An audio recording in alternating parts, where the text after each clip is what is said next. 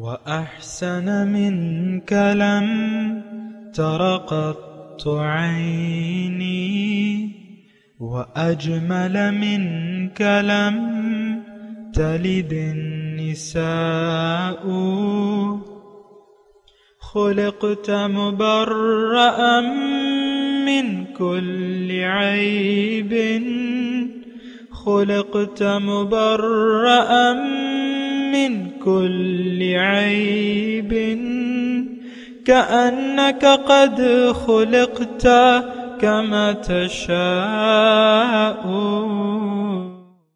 كتاب أنزلناه إليك مبارك ليدبروا آياته وليتذكر أولو الألباب.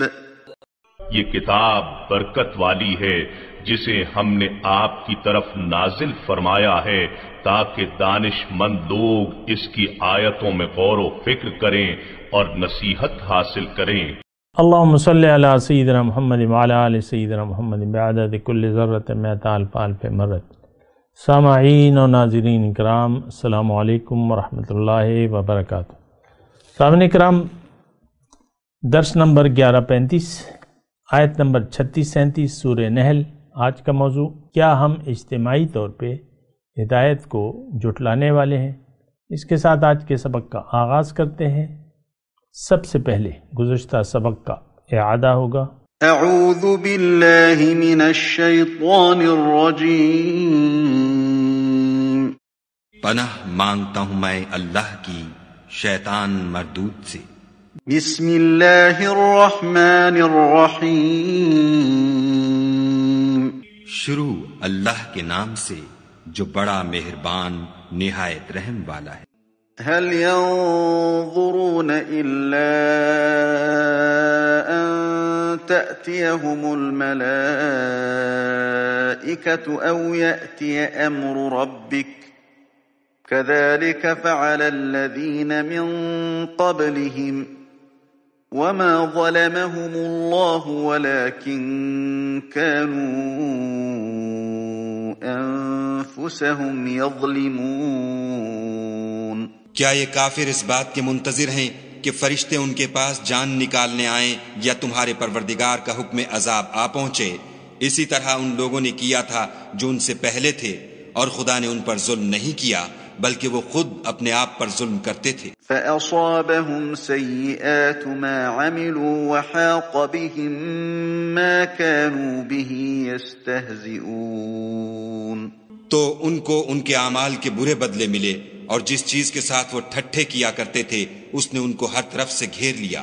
وَقَالَ الَّذِينَ أَشْرَكُوا لَوْ شَاءَ اللَّهُ مَا عَبَدْنَا مِن دُونِهِ مِن شَيْءٍ نَحْنُ وَلَا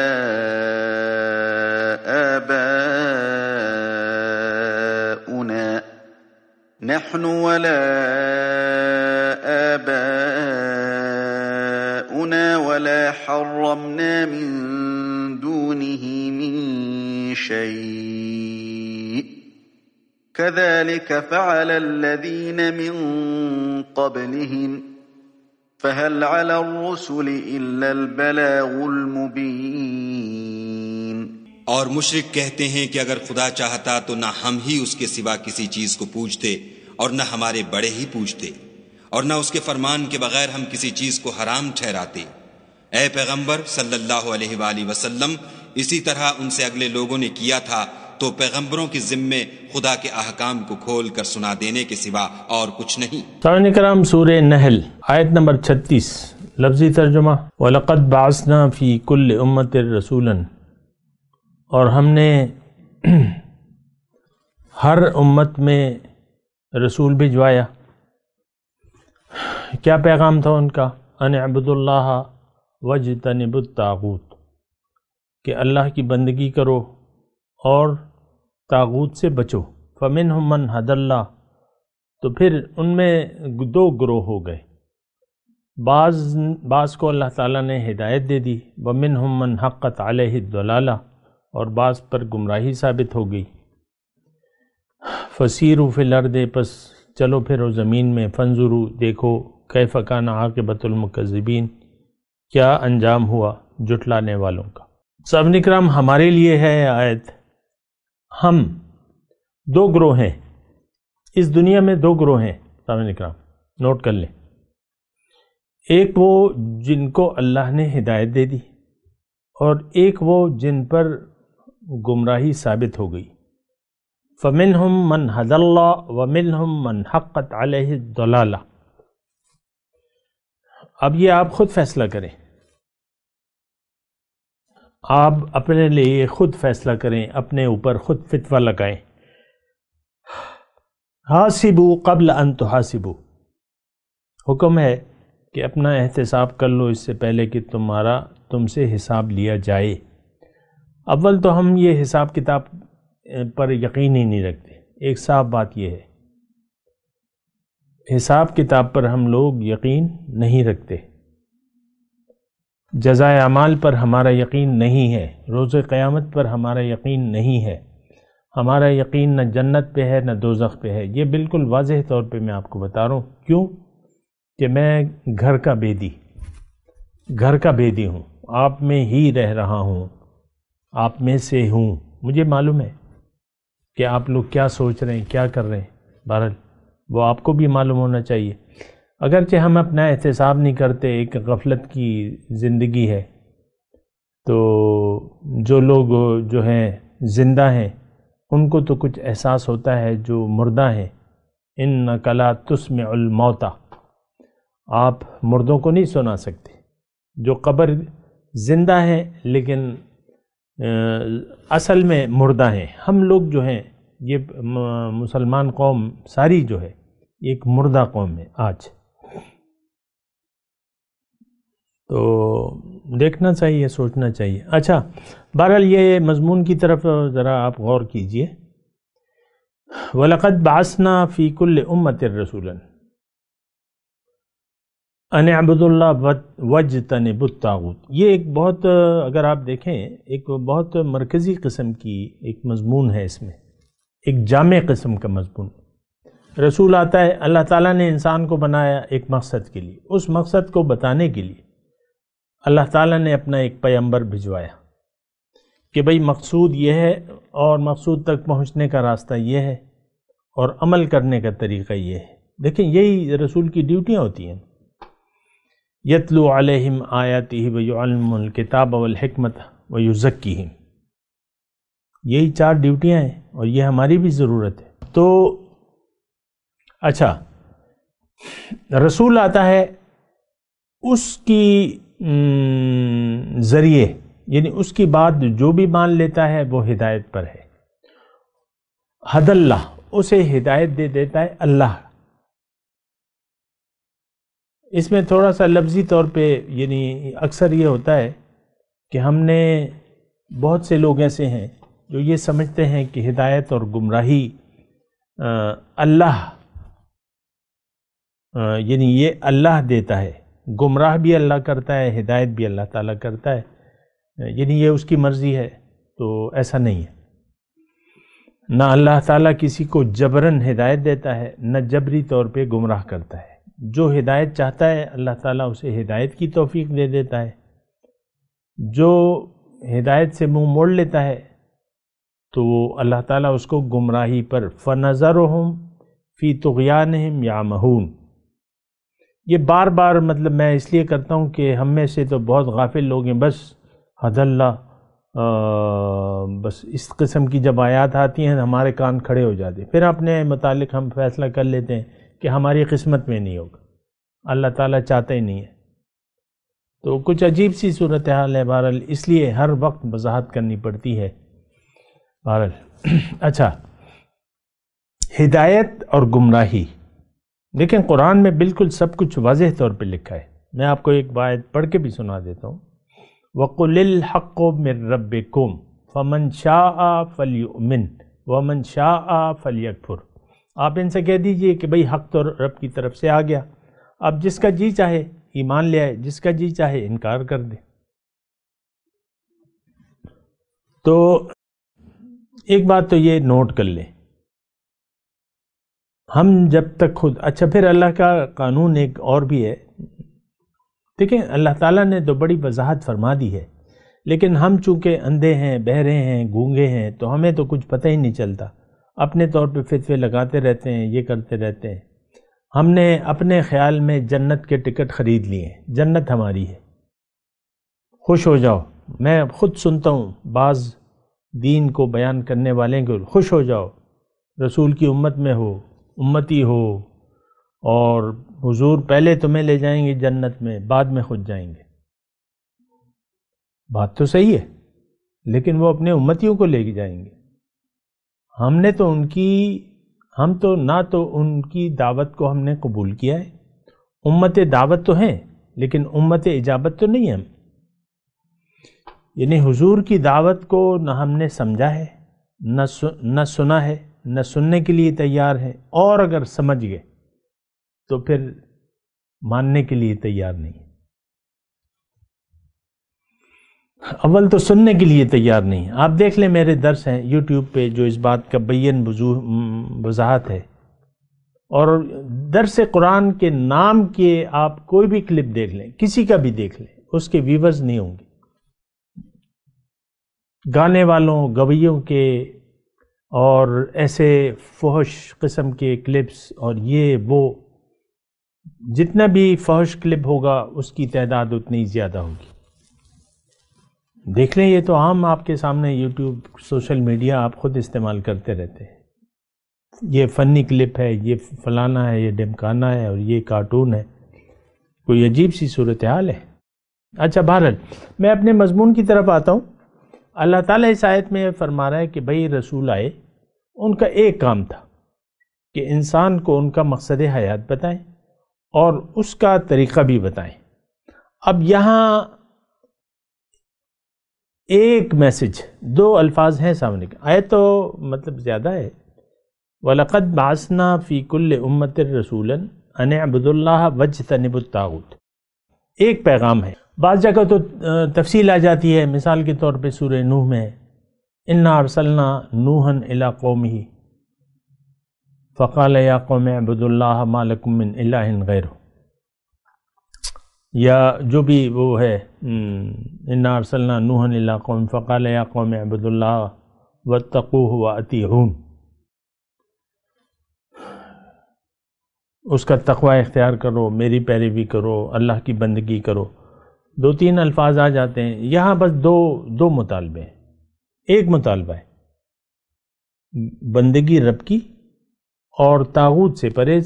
ظاہر ہے کہ جب آپ خالص بندگی کریں گے تو خود ہی طاغوت سے پرہیز کریں گے، بچیں گے.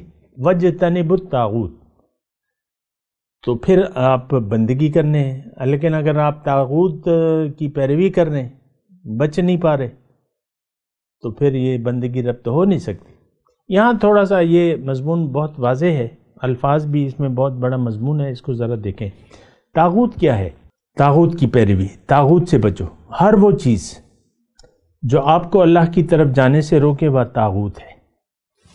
مختصر اللہ کی توفیق سے میں آپ کو یہ بات بتا رہا ہوں. بعض آپ ترجمے میں دیکھیں شیطان، بعض کچھ، لیکن میں آپ کو اللہ تعالیٰ کی توفیق سے بتا رہا ہوں، ہر وہ چیز جو آپ کو منزل کی راہ میں رکاوٹ ڈالے وہ طاغوت ہے، اس سے بچنا ہے. مثال کے طور پہ میرا نفس ہے. ان النفس لامارۃ بالسوء، نفس جو ہے انسان کو برائی پر آمادہ کرتا ہے. تو نفس طاغوت ہو گیا، شیطان طاغوت ہے، معاشرہ طاغوت ہے، آپ کی اپنی مرضی، بھئی میری مرضی. اب دیکھ لیں ہم سب لوگ اپنی مرضی کے پابند ہے. آسانی کے لیے میں وہ گھر والی آپ کو مثال دیتا ہوں. میاں ہے، بیوی ہے، بیگم صاحبہ جو ہیں وہ شرعی پردہ، ہر وقت سر پہ دوپٹہ، یہ وہ کھلے کپڑے، اور جناب 5 وقت کی نمازی، تسبیح. شوہر سے اپنی مرضی سے سلوک کریں گے کیونکہ مرضی تو ان کی چلنی ہے. اب یہ سارے جو نیک کام کر رہے ہیں یہ ان کی مرضی ہے، وہ یہ سمجھ رہی ہیں کہ میں بڑی پاک صاف ہوں. اسی طرح شوہر مشت پر داڑھی اور سر پہ امامہ، گھر والی سے اپنی مرضی سے سلوک کریں گے. عام طور پہ دیکھیں یہی رویہ ہے ہمارا، ہم اپنی مرضی سے زندگی گزارتے ہیں۔ اللہ کی مرضی سے زندگی گزارنا یہ تو ہماری سمجھ میں بھی نہیں آتا۔ ہر کام اللہ کی مرضی سے، ہر کام میں رضا الہی کو مد نظر رکھ کر کرنا، یہ ہماری سمجھ میں نہیں آتا کیونکہ نفس ہم پر حاوی ہے اور نفس طاغوت ہے۔ کیوں؟ کہ وہ برائی پہ ہمیں آمادہ کرتا ہے۔ خیر، تو میں طاغوت کی بات کر رہا تھا کہ آپ نے اللہ کے سوا، دیکھیں ایک اور میں آپ کو اگر بتاؤں، یعنی قرآن ہی کی آیت، کیونکہ قرآن کا بعض کی تفسیر کرتا ہے، وَاعْبُدُوا اللَّهَ وَلَا تُشْرِكُوا بِهِ شَيْئًا، اللہ کی بندگی کرو اور اللہ کی بندگی میں کسی کو بھی شریک نہ کرو، یہ حکم الہی ہے۔ پھر دوسرا، امر اللہ تعبدوا الا ایاہ، اس کا حکم یہ ہے کہ اس کے سوا کسی کی بندگی نہیں کرنی۔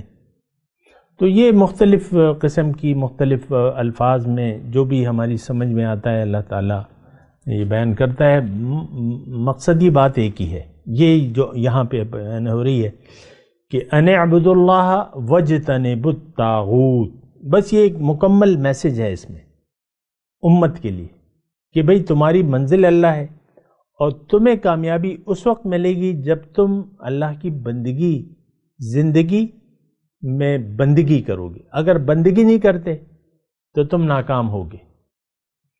زندگی آمد برائے بندگی، زندگی بے بندگی شرمندگی۔ یہ بندگی بھی دیکھیں ہماری سمجھ میں نہیں آتی، یہ بھی میں آپ کو ساتھ ساتھ بتا دوں۔ بندگی کو ہم نے محدود کر دیا ہے، چند ایک عبادات تک اس کو ہم نے محدود کر دیا ہے، عبادات کو جس کے ہم نام دیتے ہیں۔ یہ مطلب مسئلہ یہ بھی بڑا ٹیڑھا ہے، کتابوں میں یہ لکھا ہے عبادات کا چیپٹر الگ ہے، اخلاقیات کا چیپٹر الگ ہے، معاملات کا چیپٹر الگ ہے، معاشرت کا چیپٹر الگ ہے۔ وہ ٹھیک ہے، اس میں وہ ہے، لیکن بنیادی طور پہ یعنی یہ ساری بات تو اگر اس کو ایک لفظ میں بیان ہو تو وہ یہی ان اعبدوا اللہ واجتنبوا الطاغوت۔ پھر تو تفصیلات ہیں، وہ الگ مسئلہ ہے، میں یہ نہیں کہہ رہا کہ وہ پھر الگ الگ ہم نہیں کر سکتے، چلیں ٹھیک ہے، لیکن بنیادی مطالبہ بندگی رب ہے۔ بندگی رب کا معنی کیا ہے کہ آپ اپنی مرضی کی بجائے اللہ کی مرضی سے زندگی گزاریں۔ اور یہ بات بھی میں آپ کو ساتھ ساتھ کہہ دوں سامنے کرام کہ اگر آپ کی منزل اللہ نہیں ہے تو آپ اللہ کی بندگی کر ہی نہیں سکتے، ناممکن ہوگا۔ اور میں دیکھتا ہوں اس معاشرے میں بہت سی تنظیمات ہیں، بہت سے ایسے مختلف جھمگٹے ہیں۔ میں جھمگٹا اس لیے کہہ رہا ہوں کہ یہ ایک یونیک لفظ ہے، تو بہت سے جھمگٹے ہیں۔ تو جھمگٹے ایسے ہیں کہ وہ کہتے ہیں کہ بس تم یہ کام کرو، یہ کام کرو، اور حضور کی پیروی کی، سنت کی پیروی کی تو بات کرتے ہیں، لیکن مقصد نہیں بتاتے کہ بھئی مقصود حیات کیا ہے۔ وہ جڑ کی بجائے شاخوں کو پکڑتے ہیں، اصل چیز تو جڑ ہے۔ اور جڑ جو ہے دیکھیں انسانی زندگی میں انقلاب اس وقت آتا ہے جب اس کا آپ بنیاد جو ہے کلمہ طیبہ پر رکھیں، اور یہ تو اللہ تعالیٰ نے کھلے طور پہ واضح بیان کی ہے۔ الم تر کیف ضرب اللہ مثلا کلمۃ طیبۃ کشجرۃ طیبۃ اصلها ثابت وفرعها فی السماء۔ کیا تم نہیں دیکھتے اللہ تعالیٰ نے پاک بات کی مثال ایسے بیان کرتا ہے جیسا کہ ایک پاک درخت جس کی جڑیں زمین میں ہو اور شاخیں آسمان پہ ہو، تؤتی اکلھا کل حین باذن ربھا۔ تو دیکھیں ہماری زندگی جو ہم گزار رہے ہیں، اور میں ایک جملہ کہنا چاہ رہا ہوں، بہت سے شریعت کے بظاہر پابند لوگ، ان کی زندگی کی جڑ جو ہے وہ خراب ہے ہی نہیں، جو جڑ ہونی چاہیے وہ ہے نہیں۔ یہ جو جمگٹے ہیں، بعض جمگٹے دین کے نام پہ جو جمع ہوتے ہیں اور جمگٹا بنا لیتے ہیں، یہ لوگ شاخوں اور اس کی بات کرتے ہیں، اصل فروع کی بات کرتے ہیں، اصل بات نہیں کرتے۔ آپ دیکھ لیں اکثر سوشل میڈیا پہ جو بات ہوتی ہے دین کی، وہ فروعات کی ہوتی ہے۔ جو اختلافات ہیں وہ ہماری بنیاد میں نہیں ہیں، فروعات میں ہے۔ یہ رفع یدین ہو نہ ہو، رفع یدین جو ہوتا ہے نا، بعض لوگ کہتے ہیں کرو، بہت لازمی ہے، بہت اہمیت دیتے ہیں، بعض لوگ کہتے ہیں نہیں۔ پھر آپ دیکھ لیں، میں تو آپ کو کہتا رہتا ہوں یا رسول اللہ کہو نہ کہو، رسول کو حاضر ناظر جانو نہ جانو، عالم غیب ہیں نہیں ہیں، بشر ہیں نہیں ہیں، زندہ ہیں نہیں ہیں، حیات ہیں نہیں ہیں، یہ یعنی تو اس میں آپ دیکھ لیں سارا مسئلہ جو ہے بس اس میں وہ ہے، اور بہت سی گمراہیاں پھیلی ہوئی ہیں۔ یہ فروعات ہیں، چاہے آپ ہاتھ باندھیں یا نہ باندھیں نماز ہو جاتی ہے، رفع یدین کریں نہ کریں ہاتھ نماز ہو جاتی ہے، اور ایسی بہت سی باتیں فروعات میں ہمیں الجھا دیا گیا ہے، فروعات میں، جزیات میں، فروعات میں، اور بڑے زوردار اس میں مکالمے، مناظرے، کفر شرک کے فتوے، اور سارے آپ دیکھ لیں جو ہمارے ایک گروپ بنے ہوئے ہیں دین میں، وہ کیا ہیں؟ بس یہی تفریقہ کہ بھئی تمہارے جو بزرگ تھے اس نے یہ جملہ کہا، یہ گستاخی جملہ تھا، لہٰذا تم سب لوگ مشرک بن گئے، اگر ان کو مانتے ہو تو مشرک ہو، کافر ہو، نہیں مانتے ہمارے پاس آ جاؤ تو مسلمان بن جاؤ گے۔ یہ یعنی آپ اس کی اگر بنیاد ٹٹولیں تو یہی ہے کہ دین کو ان کے بزرگوں نے جس طرح سمجھا تو وہ ٹھیک ہے، اور جو ان کے بزرگوں نے نہیں سمجھا تو وہ غلط ہے۔ جو ان کے بزرگ کو نہیں مانتے، ان کے بزرگ کو جو نہیں مانتا وہ غلط ہے، یعنی پھر شدت آ جاتی ہے۔ بہرحال تو خیر، بہرحال میں آپ کو یہ بات کہہ رہا ہوں کہ ہم اصل میں تو جڑ ہے، جڑ بندگی ہے۔ انسان کی کامیابی کی جو جڑ ہے وہ بندگی رب ہے، لیکن اس کی جڑ کیا ہے؟ وہ نیت ہے، وہ ضرورت ہے کہ بندگی کی ضرورت کیا ہے، یہ ہمیں نہیں معلوم۔ بندگی کی ضرورت کیا ہے، انسان کو کیوں بندگی کرنی ہے، کیوں یہ محتاج ہے، یہ اس پہ کوئی بات نہیں کرتا، اور یہ پتہ ہی نہیں ہے۔ زندگی کا مقصد کیا ہے، انسان کی حقیقت کیا ہے اور اس کی منزل کیا ہے، اس پہ بات نہیں ہوتی۔ اور پھر جو کامیابی کے لیے بنیادی باتیں ہیں، تزکیہ نفس ہے، اس کی بات اس پہ بھی بحث ہو گئی ہے۔ جو جمگٹے ہیں اس پہ بحث کرتے ہیں کہ تزکیہ نفس، ایک کہتا ہے تزکیہ نفس یہ ہے، دوسرا کہتا ہے یہ ہے، تیسرا کہتا ہے یہ ہے، اور پھر اس پہ بات ہوتی رہتی ہے۔ پھر اس پہ جو ہے کفر اور شرک کے فتوے بھی لگتے رہتے ہیں۔ تو یہ سب ناسمجھی کی باتیں ہیں۔ دیکھیں، ہم انسان ہیں، اللہ تعالیٰ نے ہمیں اپنے لیے بنائے۔ اللہ تعالیٰ، یہ دنیا کیا ہے؟ یہ ایک امتحان گاہ ہے، آزمائش ہے۔ اللہ تعالیٰ نے ہمیں یہ موقع دیا ہے کہ اے انسان، تم اس امتحان کو پاس کرو اور میرے پاس آ جاؤ۔ فَمَنْ كَانَ يَرْجُو لِقَاءَ رَبِّهِ فَلْيَعْمَلْ عَمَلًا صَالِحًا وَلَا يُشْرِكْ بِعِبَادَةِ رَبِّهِ أَحَدًا۔ فَمَنْ كَانَ يَرْجُو لِقَاءَ رَبِّهِ، جو اپنے رب سے ملاقات کا امیدوار ہے، اس کو چاہیے کہ نیک عمل کرے اور اپنے رب کی بندگی میں کسی کو بھی شریک نہ کرے۔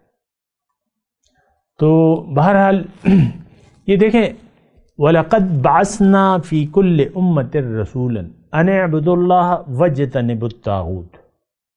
اچھا، یہ آیت میں پڑھ رہا ہوں، ہم اس پہ بات بھی کر رہے ہیں، لیکن مجھے پورا یقین ہے کہ جو لوگ مجھے مستقل نہیں سنتے وہ کہیں گے کہ یار یہ تو مشرکوں کے لیے ہے، اور ان سے مطالبہ ہے ہم تو اللہ کی بندگی کر رہے ہیں اور کیا کریں، اور ہم تو ہدایت پہ ہیں۔ یعنی اپنے لیے ہم ان آیات کو نہیں سمجھتے۔ بہت افسوس سے مجھے بات کہنا پڑتی ہے۔ قرآن کی ہر یعنی آپ دیکھ لیں کتابوں میں بھی لکھا یہ آیت فلاں مشرک، یہ آیت فلاں مومن، یہ آیت فلاں فلاں فلاں، اور بات ختم. آپ کے لیے تو اس میں کچھ ہے نہیں، بس ایک سپارہ پڑھ لیں آپ کو بہت ثواب ملے گا. ایک بس سپارہ پڑھ لیں یا جو بھی پڑھ لیں، تو یہی ہے، بس ثواب کے لیے ہم پڑھتے ہیں. قرآن سے ہدایت یا اس میں تدبر، تعقل، تفکر یہ ہم نہیں کرتے. تو بات ذرا غور کی ہے. بہرحال وَلَقَدْ بَعَثْنَا فِي كُلِّ أُمَّةٍ رَسُولًا أَنِ اعْبُدُوا اللَّهَ وَاجْتَنِبُوا الطَّاغُوتَ. اور یہ بات میں اکثر کرتا رہتا ہوں، یا تو میں نے ایک راستہ ہے بندگی کا بس. فَمِنْهُمْ مَنْ هَدَى اللَّهُ. اب جس نے پیغمبر کی بات کو مان لیا، رسول کی بات کو مان لیا، وہ تو اللہ اسے ہدایت کی توفیق بھی دے گا. یہ بات نوٹ کر لیں.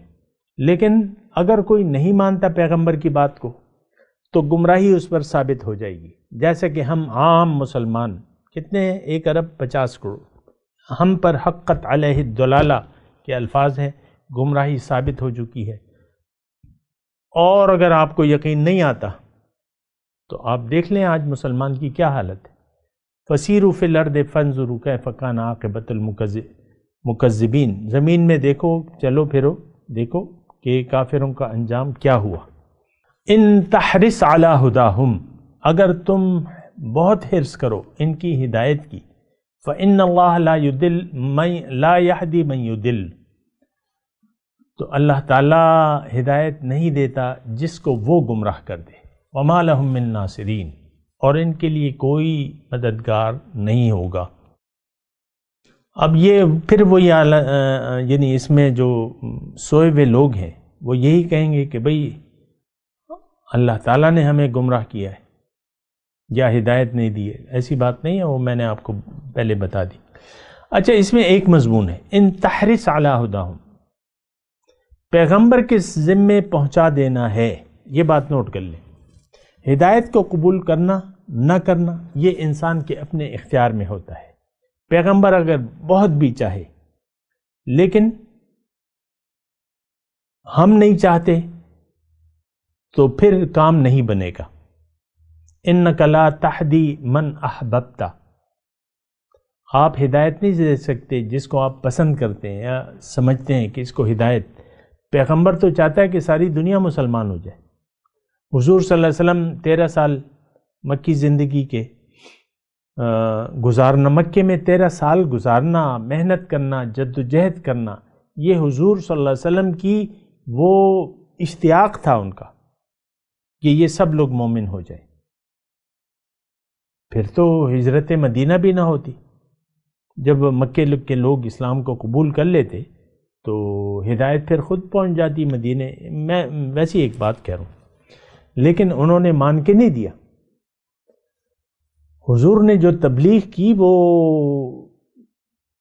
آپ کو تو پتہ ہے کہ وہ حریص تھے، حریص علیکم، ہدایت پر حریص تھے، لیکن ان کے ذمے نہیں تھا ہدایت دینا. یہ ہدایت کو قبول کرنا اللہ تعالیٰ نے انسان کی اپنی ثوابدید پر چھوڑ دیا ہے. پیغمبر اگر کوئی بھی شخص بہت بھی چاہے، پیر صاحب ہیں بڑے پہنچے ہوئے ہیں مثال کے طور پہ، مرید ان کی بات ماننے کے لیے تیار نہیں ہے، ان کے راستے پہ چلنے کے لیے تیار نہیں ہے، تو وہ تو فائدہ نہیں لے سکتے. بہت بھی اگر کوئی مرشد، کوئی پیر چاہے کہ، اور چاہتا ہے، ہر مومن جو ہے، جو داعی ہے، وہ چاہتا ہے کہ دنیا مسلمان ہو جائے، لوگ مسلمان ہو جائے، اللہ کی بندگی اختیار کر لے. لیکن یہ تو اللہ تعالیٰ کا پھر قانون یہ ہے کہ زبردستی نہیں ہے ہدایت میں، لا اکراہ فی الدین. تو جب اللہ زبردستی نہیں کرتا تو پھر پیغمبر، پیر پیغمبر تو بھی نہیں کرتے. یہ بات نوٹ کر لیں. تو اس میں یہ مضمون ہے فإن اللہ لا یہدی من یضل، جو خود گمراہ ہونا چاہے، جو خود ہدایت نہیں قبول کرنا چاہے تو اس کو ہدایت نہیں ملتی اور ان کا پھر کوئی مددگار بھی نہیں ہوتا. میں تلاوت کرتا ہوں، میرے ساتھ دہرائیے. اعوذ باللہ من الشیطان الرجیم، بسم اللہ الرحمن الرحیم. وَلَقَدْ بَعَثْنَا فِي كُلِّ أُمَّةٍ رَسُولًا أَنِ اعْبُدُوا اللَّهَ وَاجْتَنِبُوا الطَّاغُوتَ فَمِنْهُمْ مَنْ هَدَى اللَّهُ وَمِنْهُمْ مَنْ خَفَّتْ عَلَيْهِ الضَّلَالَةُ فَسِيرُوا فِي الْأَرْضِ فَانْظُرُوا كَيْفَ كَانَ عَاقِبَةُ الْمُكَذِّبِينَ إِن تَحْرِصْ عَلَى هُدَاهُمْ فَإِنَّ اللَّهَ لَا يَهْدِي مَن يُضِلُّ وَمَا لَهُم مِّن نَّاصِرِينَ۔ ترجمہ سنا دیں۔ وَلَقَدْ بَعَثْنَا فِي كُلِّ أُمَّةٍ رَسُولًا،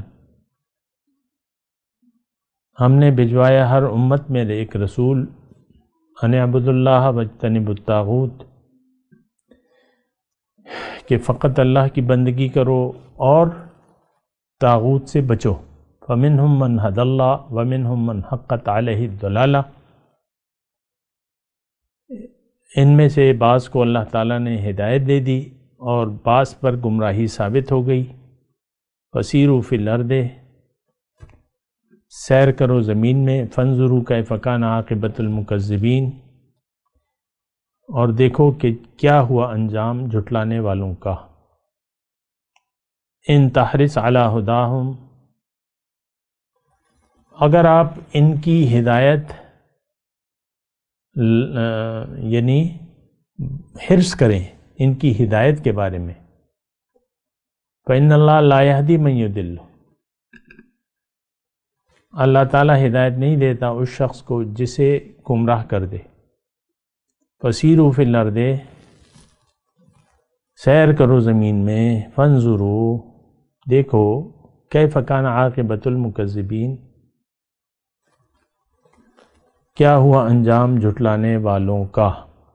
اب ان آیت کی تلاوت اور ترجمہ۔ اعوذ باللہ من الشیطان الرجیم، پناہ مانگتا ہوں میں اللہ کی شیطان مردود سے۔ بسم اللہ الرحمن الرحیم، شروع اللہ کے نام سے جو بڑا مہربان نہایت رحم والا ہے۔ وَلَقَدْ بَعَثْنَا فِي كُلِّ أُمَّةٍ رَسُولًا أَنِ اعْبُدُوا اللَّهَ وَاجْتَنِبُوا الطَّاغُوتَ فَمِنْهُمْ مَنْ هَدَى اللَّهُ وَمِنْهُمْ مَنْ حَقَّتْ عَلَيْهِ الضَّلَالَةُ فَسِيرُوا فِي الْأَرْضِ فَانظُرُوا كَيْفَ كَانَ عَاقِبَةُ الْمُكَذِّبِينَ۔